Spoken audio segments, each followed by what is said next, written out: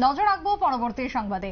17 রানের রেকর্ড করলেন ইংল্যান্ডের ওলি পোপ। ইতিমধ্যেই তার যে রেকর্ড, সেই রেকর্ড নিয়ে ইতিমধ্যে নেট মাধ্যমে চর্চা তুঙ্গে। 17 রান আলাদা আলাদা 7টি দেশের সাথে ইতিমধ্যেই করে তিনি রেকর্ড তৈরি করেছেন, স্পর্শ করেছেন রীতিমতো সচিনের রেকর্ড। কথা বলবো, টেলিফোন লাইনে রয়েছেন ক্রীড়া সাংবাদিক বিপ্লব চন্দ্র। বিপ্লব দা, ওলি পোপ ইংল্যান্ডের তিনি ক্রিকেটার, যিনি এবার আমাদের অর্থাৎ ভারতের যদি বলি সচিন টেন্ডুলকারকে তিনি স্পর্শ করে ফেলেছেন রেকর্ড জয়ের ক্ষেত্রে।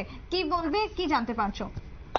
দেখো, অলি পোপের যে রেকর্ড, এটা 100 উপরে বছর, 117 বছর, 147 বছরের সেই রেকর্ড। যে রেকর্ডটা হলো যে টেস্ট ক্রিকেটে কোনো ক্রিকেটার প্রত্যেকটি দেশের সাথে 17 রান করেছে।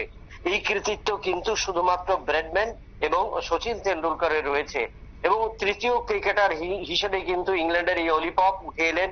তিনি নিউজিল্যান্ডের বিরুদ্ধে 17 রান করেন এবং তার এই যে 17 রান, 103 রান, এই 17 রানের ফলে কিন্তু তিনি তৃতীয় ক্রিকেটার হলেন, বিশ্বের তৃতীয় ক্রিকেটার যে ক্রিকেটার প্রত্যেকটি দেশের, নিউজিল্যান্ড, দক্ষিণ আফ্রিকা, অস্ট্রেলিয়া, ভারত, পাকিস্তান এবং শ্রীলঙ্কা, এই তাদের সাথে প্রত্যেক দেশের সাথে যাদের টেস্ট ম্যাচ হয়েছিল প্রত্যেকটি টেস্টে 17 রান করেছেন।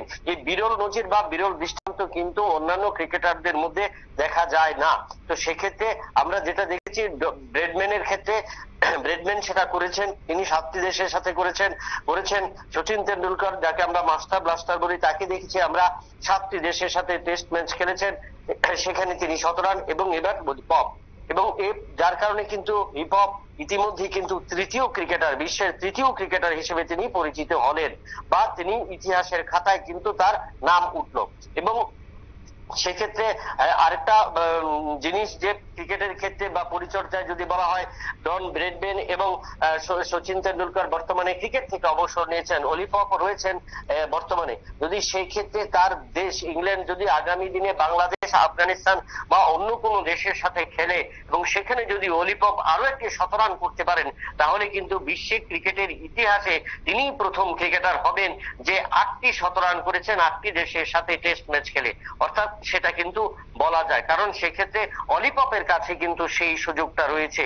যেখানে অতীতে টেস্ট খেলা হতো বেশি, কিন্তু বর্তমানে বিভিন্ন দেশের মধ্যে টি-20 একদিবসীয় ম্যাচ এবং অন্যান্য যে সমস্ত ম্যাচগুলো হচ্ছে, সে বা কাউন্টি ক্রিকেট হচ্ছে, সেই জায়গায় কিন্তু দাঁড়িয়ে অলি পপ শুধুমাত্র জাতীয় আন্তর্জাতিক স্তরের যে সমস্ত ম্যাচগুলো, সেই ম্যাচগুলোতেই কিন্তু তিনি তার নজির করেছেন এবং 7টি দেশের সাথে তিনি তার 7টি 17 রান করেছেন।